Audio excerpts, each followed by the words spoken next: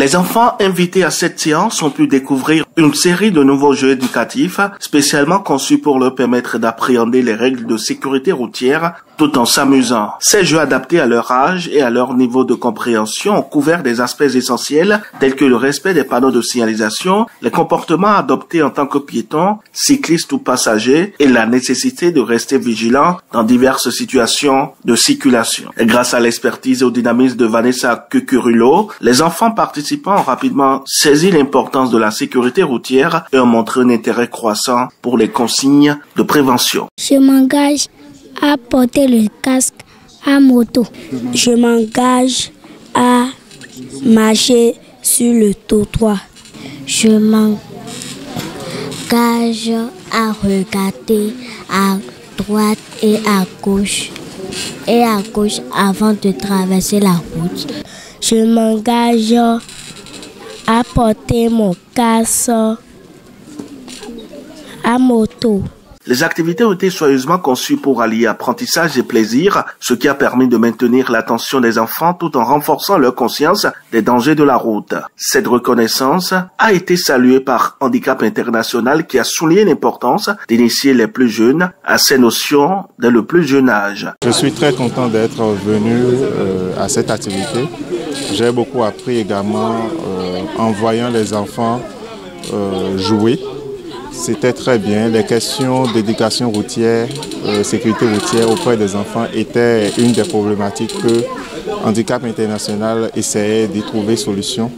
À travers le jeu, nous avons vu qu'il était très simple aux enfants d'assimiler des connaissances que de façon théorique, ça aurait pris beaucoup de temps à connaître ou à assimiler.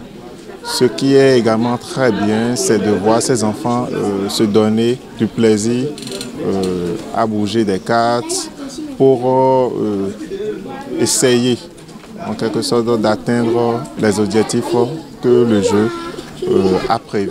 En organisant ce type d'événement, le club Loulis-la-Grâce continue de jouer un rôle primordial dans la formation des futurs citoyens responsables. La séance du 4 septembre, axée sur des outils pédagogiques novateurs, s'inscrit pleinement dans cette démarche et constitue une étape importante dans la sensibilisation des enfants à la sécurité routière, se réjouit l'initiatrice. Au final, c'est d'arriver à réduire le nombre de décès et le nombre d'accidents au Bénin.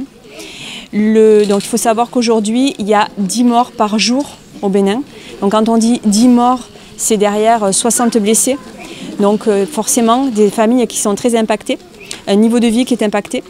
Donc c'est ce sur quoi on va essayer de lutter en commençant par les enfants. Il faut commencer à la base. Donc pour nous, les enfants sont un public qui est assez intéressant parce que pour eux déjà, ils ont des problématiques qui sont particulières du fait de leur taille et de leur vulnérabilité qui est encore plus importante que sur le piéton adulte. Mais l'enfant est aussi un bon vecteur pour arriver à discuter avec les parents en rentrant le soir. On peut apprendre, tiens, aujourd'hui, on m'a dit que quand on traverse la route, il faut traverser au passage piéton plutôt qu'ailleurs. Voilà, ce genre de petit réflexe peut devenir un réflexe pour toute la famille aussi. Donc le piéton est un bon vecteur de communication pour la sécurité routière. Avec des initiatives comme celle-ci, on peut espérer que les messages de prudence et de vigilance portés par Vanessa Cucurulo et son équipe résonneront durablement dans l'esprit des enfants participants, les incitant à adopter les bons réflexes pour une cohabitation plus sûre sur nos routes.